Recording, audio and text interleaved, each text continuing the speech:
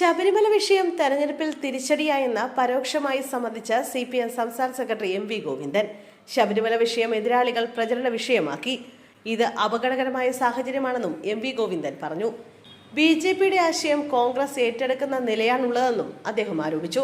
എന്നാൽ ശബരിമല സ്വർണ്ണക്കൊള്ള സംബന്ധിച്ച കേസിൽ അറസ്റ്റിലായ പത്മകുമാറിനെതിരെ ഉടൻ നടപടി ഉണ്ടാകില്ലെന്നും MV ഗോവിന്ദൻ പറഞ്ഞു. കേസിൽ പത്മകുമാറിന് പങ്കുണ്ടോ എന്നറിയണം.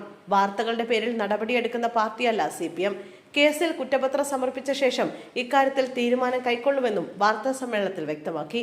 സംസ്ഥാനത്തെ തദ്ദേശ തെരഞ്ഞെടുപ്പ് ഫലം വിലയിരുത്തി നിയമസഭാ തെരഞ്ഞെടുപ്പിൽ ഒരുങ്ങുകയാണ് CPM എന്നും CPM സംസ്ഥാന സെക്രട്ടറി അറിയിച്ചു.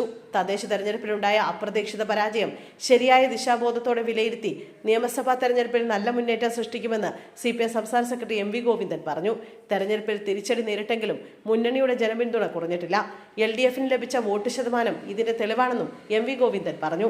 അമിത ആത്മവിശ്വാസം ഉൾപ്പെടെ തിരിച്ചടിയായെന്നും MV ഗോവിന്ദൻ അറിയിച്ചു. കഴിഞ്ഞ ലോക്സഭാ തെരഞ്ഞെടുപ്പിൽ 33.60% വോട്ട് ഇടതുപക്ഷത്തിന് ലഭിച്ചിരുന്നു. 39.73% ഉയർന്നു. ലോക്സഭാ തെരഞ്ഞെടുപ്പിൽ 6,66,5370 വോട്ടാണ് LDFന് ലഭിച്ചത്. തദ്ദേശ തെരഞ്ഞെടുപ്പിൽ അത് 84,01,85 വോട്ടായി വർദ്ധിച്ചു. 17,35,175 വോട്ടിന്റെ വർധനയാണ് ഉണ്ടായത്. 60 മണ്ഡലത്തിൽ LDFന് കൃത്യമായ ലീഡുണ്ട്. പിന്നിലായ മണ്ഡലങ്ങളിൽ മിക്കതിലും നേരിയ വോട്ട് വ്യത്യാസം മാത്രമാണുള്ളത്. UDFന്റെയും BJPയുടെയും വോട്ട് ലോക്സഭാ തെരഞ്ഞെടുപ്പിനെ അപേക്ഷിച്ച് കുറഞ്ഞെന്നും MV ഗോവിന്ദൻ പറഞ്ഞു. തൊഴിലുറപ്പ് പദ്ധതി പിൻവലിച്ച പുതിയ നിയമം കൊണ്ടുവന്ന കേന്ദ്ര സർക്കാർ നീക്കത്തിനെതിരെ LDF പ്രത്യക്ഷ സമരത്തിനിറങ്ങുകയാണെന്നും CPM സംസ്ഥാന സെക്രട്ടറി അറിയിച്ചു. തൊഴിലുറപ്പ് സംരക്ഷണ അസംബ്ലി എന്ന പേരിൽ ജനുവരി 3-ന് 2300 വാർഡുകളിൽ പരിപാടി സംഘടിപ്പിക്കും.